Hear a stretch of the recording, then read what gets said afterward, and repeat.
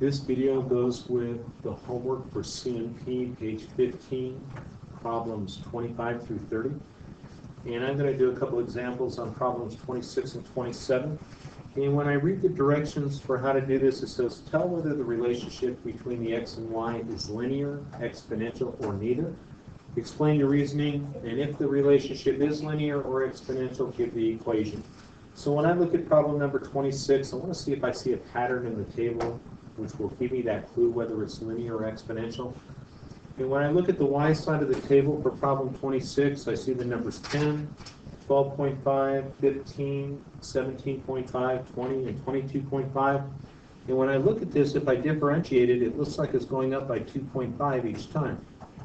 Going up by 2.5 each time. So that constant change of 2.5 is going to be my slope. And because it's going up the same amount each time, I know it's linear. So I've answered the first part of the question. It asked me to tell whether it's linear, exponential, or neither. So I've done that. And then how do I write an equation for a linear table or a linear relationship? Well, remember it's in the form of y equals mx plus b. And when I think about the mx and the b, well, the mx or the m is my slope and b is my y-intercept. Well, my slope is just my constant change, so y equals 2.5x. And then when I think back, how do we find the y-intercept looking at a table? Remember, when x is 0, the y-intercept shows up, and x is 0 on my table, and so what goes with it? 10, so my y-intercept would be 10, so I quickly wrote the line equation. For my problem 27, when I look at this, I'm thinking, well, how does a 1 become a 6? A 6 become a 36, 36, 216. How does 216 become 1,296? Well, it's not going up the same amount each time.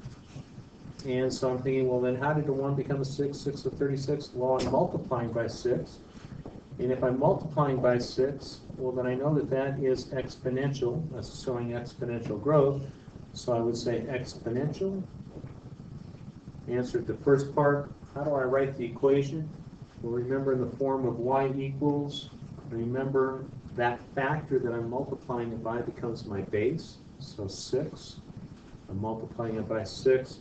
And where does the x go? Because it's an exponential equation, it goes up there in the exponent. Remember, I should be trying some numbers in here just to make sure that it works, especially for my exponential equations. Let's see, if I put x being 0, 6 to the 0 power is 1.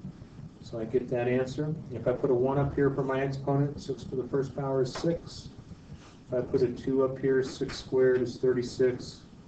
If I put a 3 up here, 6 cubed is 216. Seems like it works.